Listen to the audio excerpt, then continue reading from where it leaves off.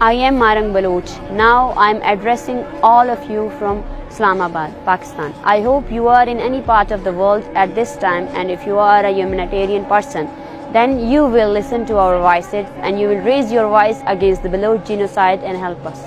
Baloch genocide has been going on for decades in Balochistan, in which thousands of our elders, youth, children and women have forcibly disappeared.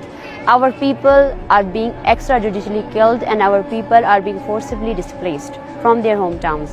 Military operations are being carried out in our areas, our resources are being looted, and this genocide of our nation is intensifying day by day. Against this severe Baloch genocide, we held a peaceful sit-in for 13 days in Turbat, Balochistan, and after 13 days we started a peaceful long march which started from Turbat and travelled hundreds of kilometers to Islamabad, as reached the capital of Pakistan. Today